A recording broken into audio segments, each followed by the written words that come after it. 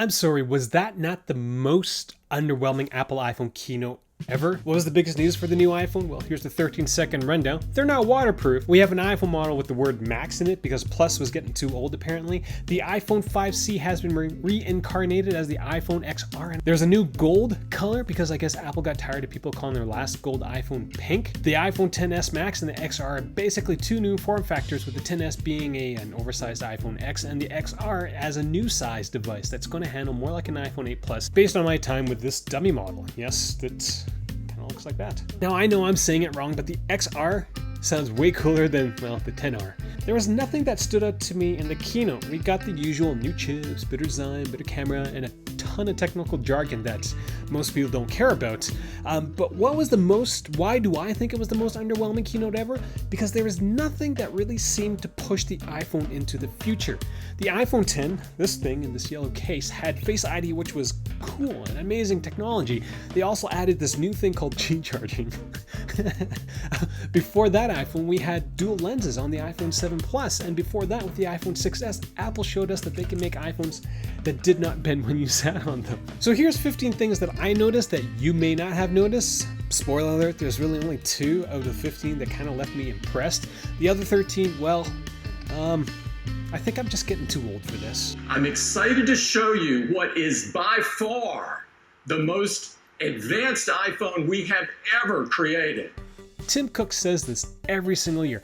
I actually laughed out loud when Tim Cook said most advanced iPhone ever created, because what else is he going to say?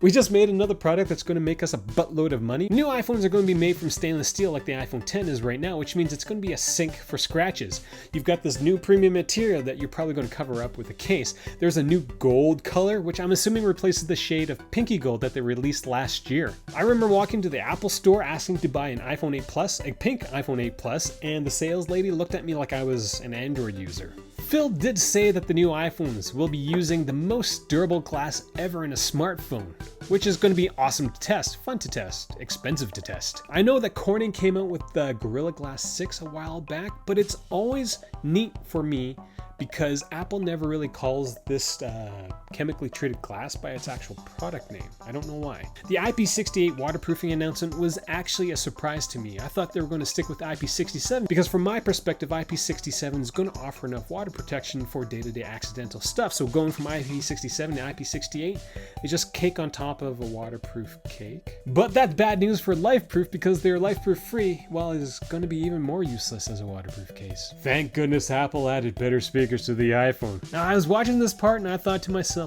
who actually watches movies on their devices like that without headphones? The only place I would do it would probably be in this area where it's kind of quiet. I'm not going to bother anybody else. But in this area, I've got a ton of other screens that are much larger. So yay, new speakers, but watching movies? Sweet, a new chip. I always think about this section as filler. 8 minutes of Phil telling us how much faster the new iPhone is going to be and how awesome Apple's engineers actually are. Like, look at Phil. Doesn't he look bored saying 6.9 trillion transistors? Or apps launch 30% faster, but that's not going to really matter because the more you charge your iPhone, the slower it becomes. So I will note the bit on the real-time machine learning was actually kind of neat to listen to.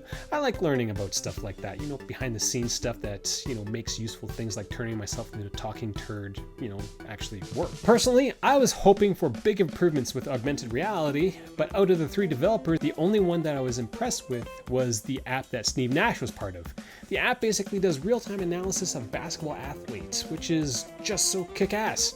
And they can only do that because of the upgraded, you know, hardware within the device. So, you know, the 8 minutes of filler wasn't totally lost. I can't wait to see apps for other sports like CrossFit and their so-called fake pull-ups. The Bethesda game looks a little boring, and as much as the graphics for these devices have improved over the years, you're still staring at tiny graphics on a tiny screen. Look at all that detail. It's amazing. In reality is, how would I actually know watching the keynote that the detail is amazing? A comparison shot could be useful, but going to be impossible. And I'll explain in the camera section in about a minute. My favorite part of the Bethesda game demo was look at the sun reflect off the sword.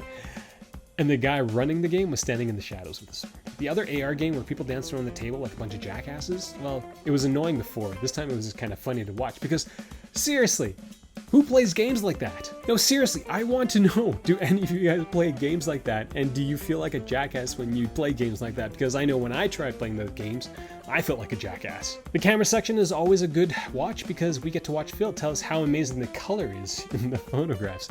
Now, I have no idea if the photo actually looks like that. Even the people sitting watching the keynote doesn't even know if the photo has those brilliant colors into it because that photo is being projected onto a screen.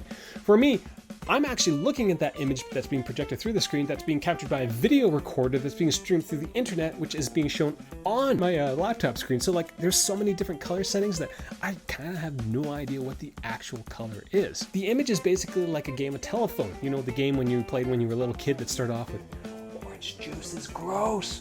And it comes back being Jordan ate a snail and has gonorrhea now. So much bokeh. Bokeh, bokeh, bokeh, bokeh, bokeh. This was actually pretty cool, being able to change the f-stop in post-processing.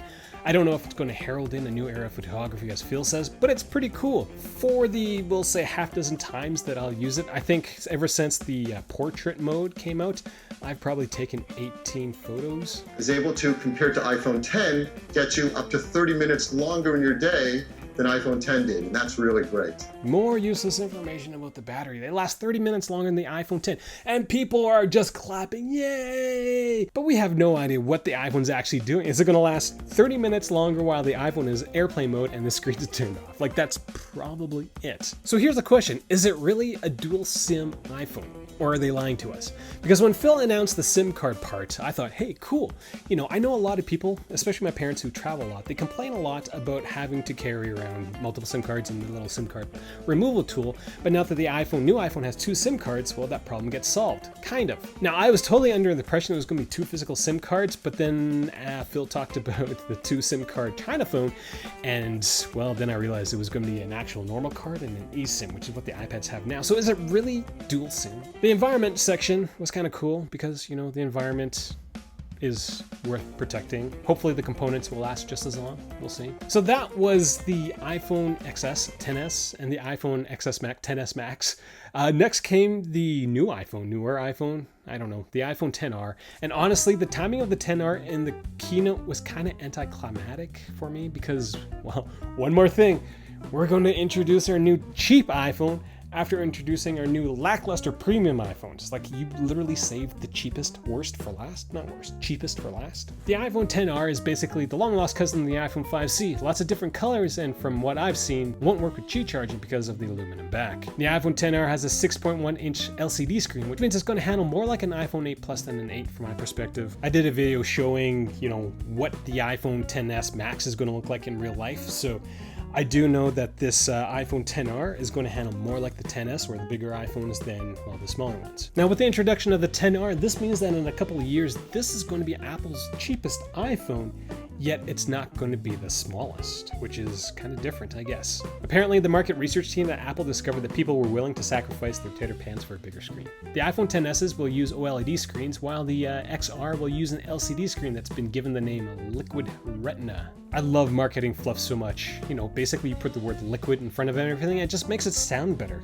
Liquid paper, liquid Monty, liquid mobile reviews, liquid. So those were the 15 things that I made a note of during this very lackluster keynote. Again, it was so underwhelming because it didn't show us anything that was pushing the iPhone into the future. It's like, yay, here we are. And I'll be honest with you, I really tempered my expectations for these new iPhones because out of all the rumors for the new devices, nothing really came up except for the fact that they were going to be different sizes. I thought I would be so excited about different sizes because we've been kind of stuck with the same form factor with the iPhone 6s all up to the 8s, kind of with the same form factor. So having something slightly different I thought would be exciting, but apparently that wasn't enough today for me. And I'm guessing that wasn't enough for you guys either. So let me know what you guys think about the new iPhones, what you guys thought about the keynote if you watched it. I've got a ton of stuff prepared in my head. I just have to go execute now.